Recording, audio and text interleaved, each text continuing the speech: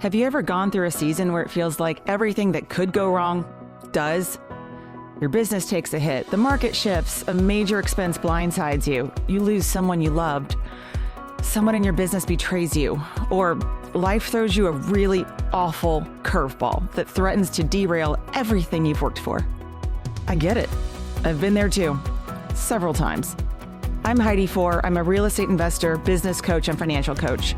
And today we're talking about something that every entrepreneur, every parent, every person on a wealth building journey will face at some point: tough times. This is Paths to Fortunes, the podcast where we explore the many paths available to you to create a fortune. And together we teach the next generations how to get their wealth too. But part of growing wealth is persevering when times are tough. Going through a tough time can destroy a financial plan and tear down hope. I'm here to help make sure that doesn't happen to you. Whether you're here to learn about building a fortune through investing in real estate, teaching your kids good financial habits, creating a financial legacy, or saving money, you're in the right place. Here's the reality. Your path to financial freedom is not going to be a straight line up to the top. There will be setbacks, market crashes, business failures, personal losses, people losses, health challenges, and a lot of uncertainty about the economy along the way. It's tough. But here's what I've learned after 23 years as a real estate agent and coaching hundreds of people. The difference between those who build lasting wealth and those who don't is how successful people respond when those hard times hit. Today, I'm sharing 10 practical strategies to help you not just survive tough times, but actually use them to become stronger, more resilient, and more focused, more determined on your path to financial freedom. These ideas or tips that I'm sharing today are not just feel-good concepts. These are battle-tested strategies that I've used and or my coaching clients have used personally to get through it. Whether you're an employee dealing with job uncertainty, a business owner facing revenue disruptions, or a parent worried about providing for your family, this episode today, this is for you. Let me start with the most important concept that changed everything for me and I continue to use every day of my life is tip number one. Tip number one is remind yourself what you can control and what you can't. You cannot control the economy. You cannot control what other people say or think about you. You cannot control market conditions or interest rates or whether your biggest client decides to leave you and work with someone else. Here's what you can control. And this list is more powerful than you might think. You can control what you believe about yourself. You have control over your belief in yourself. You can choose to believe that you have what it takes to get through this tough time. You have control over your faith. You can choose to believe that God's got you and He's going to lead you through this storm. You have control over your thoughts and the words you speak. Every morning, you get to decide, am I going to speak defeat about my situation, or am I going to speak hope and possibility? You have control over who you talk to and how often. Stop spending time with people who drain your energy and start seeking out people who lift you up. Or if you can't stop spending time with them, maybe just limit it, spend less time with people who drain your energy and are negative, and spend more time with people who lift you up. You have control over the content you consume, what you watch, what you read, what you listen to. If news blogs and news articles are making you anxious and paralyzed, just stop. Take a break from it. If social media is making you compare your behind the scenes to everyone else's highlight reel, put your phone down for a minute. Like, my social media apps are buried in a folder on page 3 of my phone. So I have to go just seek it out. And the folder that they are in is named 1 hour per day. Yes, I love social media. I love staying connected to my friends and family and clients. I really enjoy it, and I choose not to get sucked into it and let it derail me.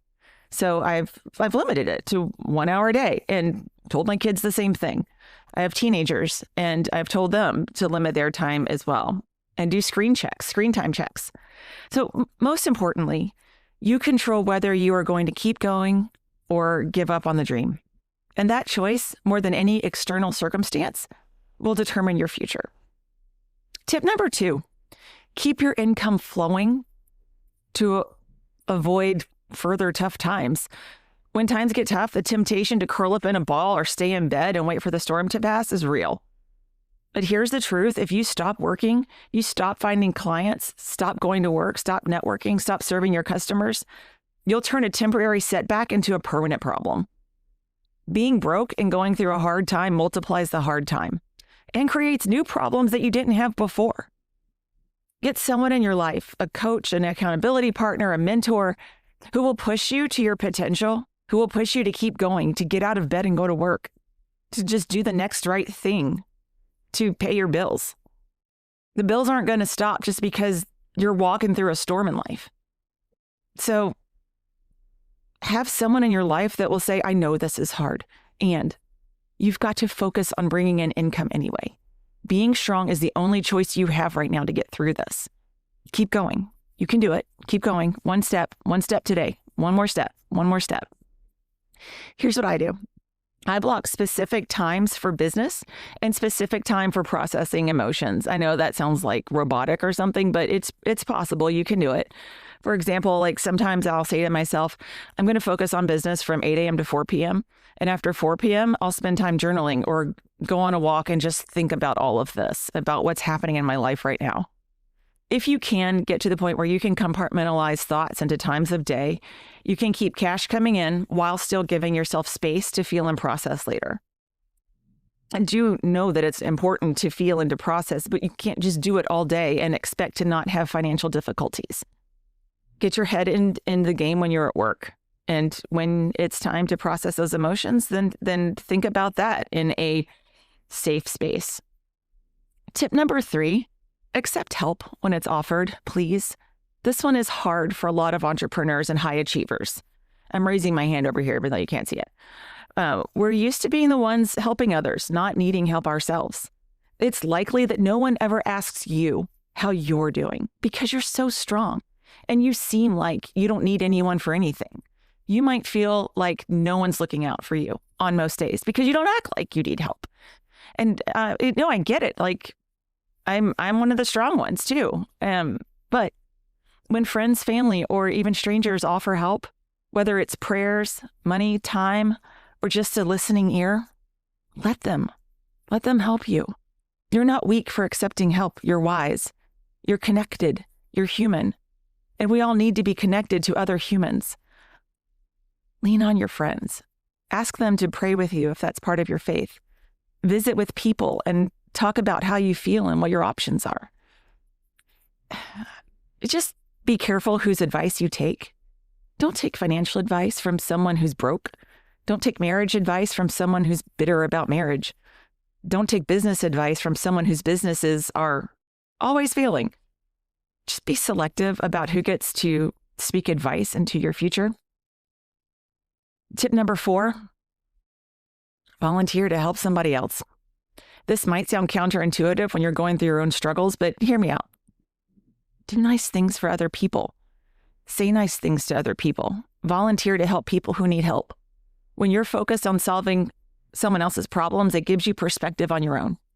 When you're being useful and making the difference, making the world a better place, it reminds you that you have value and purpose, and the world is getting better, and there are people that are serving. It puts positive energy into the world, and you know what? That's never wasted. It's never a bad thing to put positive energy into our larger world that we all live in. Tip number 5, find inspiration from others who've overcome challenges.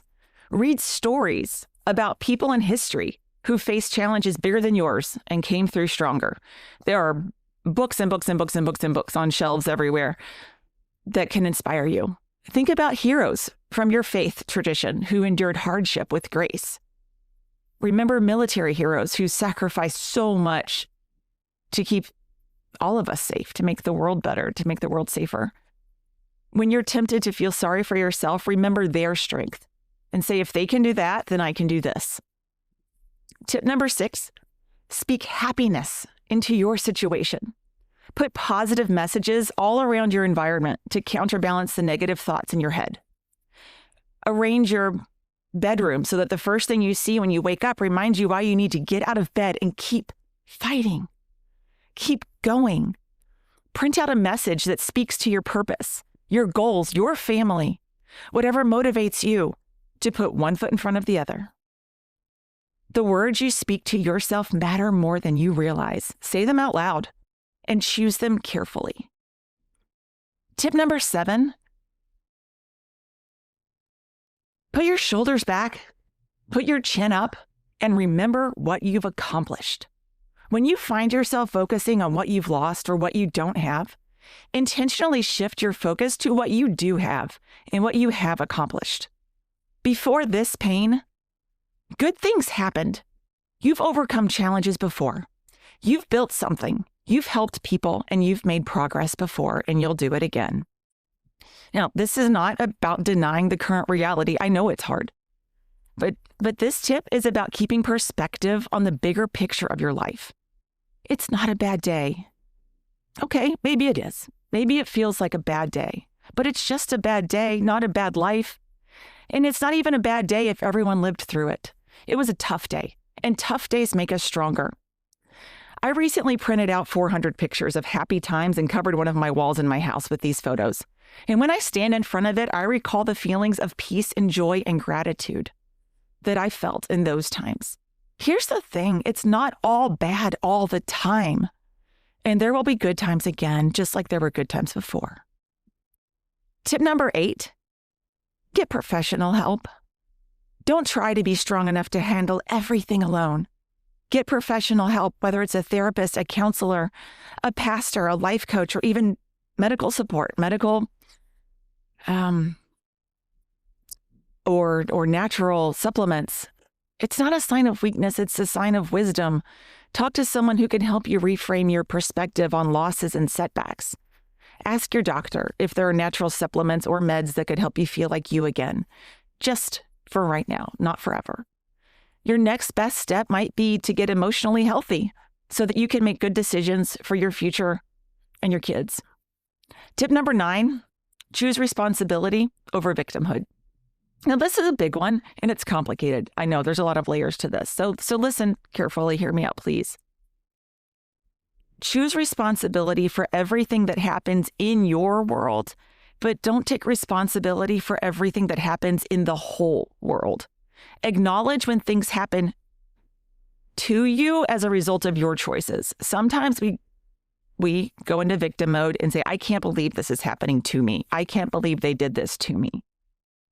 And sometimes we need to get a little bit of perspective and say, how did I make choices that caused this situation to happen?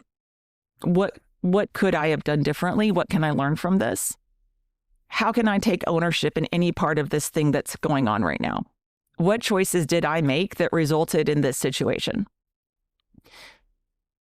And then help where you can help in the whole world without feeling like you need to take the weight of the responsibility of the whole world. Make a difference where you can make a difference. And for things where you cannot control it, you cannot make a difference here, then just pray for wisdom. Pray for the vision of how you can take the next best step. Pray for comfort, pray for healing, and pray for connection. And just pray for yourself and others and for the world. I like to think of responsibility as response-ability, 2 words. It's your ability to respond in a way that makes things better. How can I respond to this? What is my ability to respond to this? And if I can respond to it in a way that makes things better, then I feel like I do have responsibility to help make things better. Tip number 10, create a vision for the other side of this thing you're going through. Make a vision board of what you want your life to look like when this storm passes. Martin Luther King Jr. said, faith is taking the first step even when you can't see the whole staircase. You don't have to see the entire path from where you are to where you want to be. You just need to see the next step and be willing to take it.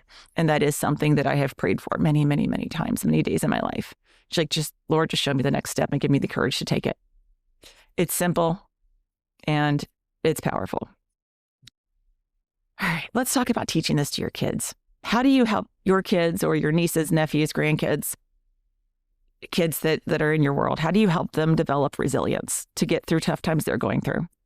First, let them see you handle the challenges with grace and determination and grit. They'll watch how you respond more than they'll listen to your words. And your actions are teaching them more than any lecture ever could. Second, have age-appropriate conversations about challenges. We're not going to talk to a 5-year-old about all of the horrible things that are happening in your life. It's irresponsible adulting. Don't put adult problems on little kids. But for older teenagers and young adults, share how you got through tough times in a way that would inspire them and be an example to them.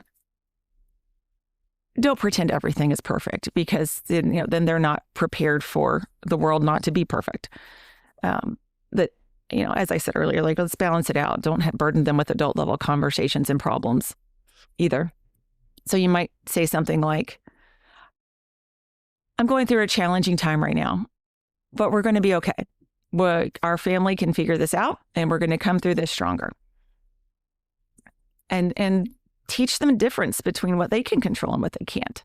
Help them focus their energy on what they can influence, and help give them appropriate words, and just listen to how they feel without dismissing it. I'm Gen X, so we were always taught, like, you're fine.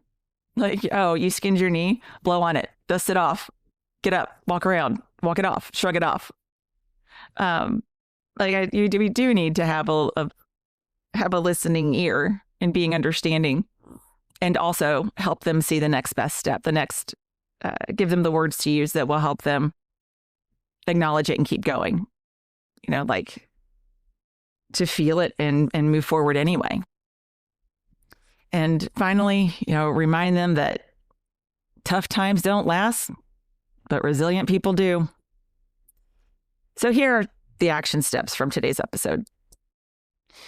First, make a list. On a piece of paper, write what I can control. On another piece of paper, write what I cannot control. And be honest where you are spending your mental and emotional energy. If you're obsessing over things in the can't control column, redirect that energy to the can control list. Secondly, create a daily routine that includes both business focus time and emotional processing time. Don't let your emotions hijack your entire day. But, as I said, we're not going to suppress them either. We're just going to compartmentalize them into the appropriate time in the day to do so. Schedule both. Third, reach out to one person this week who can offer support, encouragement, or practical help. Don't wait for them to offer. Ask. Say, can I just have a 30-minute conversation? Can we meet for coffee? Or can I just get on a phone call with you? Fourth, find one way to serve someone else this week. It doesn't have to be big. It doesn't have to be expensive. Just a way to be useful to another human being, to connect with them and say, let me help you. And this is the last one. I don't want to give you too much to do. I don't want you to feel more overwhelmed. This is the last one. Start a vision board or update your vision board. What does life look like on the other side of this challenge? And if you can't make a vision board, then at least print out some pictures of happy memories. But get specific about how you want to be happy again, what it's going to look like on the other side of this. Make it real. Here's what I hope you'll remember from everything that I've talked about today. Every successful person that you admire has gone through seasons that tested their resolve. The difference between those who continue to be successful and those who crumble isn't the absence of hard times. It's the presence of resilience. Your current situation is not your final destination. This season, this rainstorm is not the end of your story. You're just going through the middle of a tough chapter, like a rainstorm that will pass as you keep walking on your path. Just keep walking on your path. The rain's going to stop. You have more strength than you realize. You have more support than you know, and you have more potential than you can imagine. The path to financial freedom was never going to be easy, but it's absolutely possible, and it's worth it. Stay the course. Keep taking the next right step. Keep building the life that you want with the people you care about. If this episode was helpful, subscribe to Paths to Fortune's podcast and share this with someone who needs to hear a message of grit and perseverance. Sign up for the Paths to Fortune's newsletter on pathstofortunes.com. The newsletters are always packed with actions to take to move forward. This podcast is all about creating real wealth and financial freedom for real people who have normal struggles but big dreams. And I promise you that in every episode, I will share specific, actionable steps to help your family get one step closer to Financial Freedom Day, the day that you work because you want to, not because you have to. I'm Heidi Fore. I'm a real estate investor, business coach, and financial coach. Thank you for letting me walk beside you on your paths to fortunes.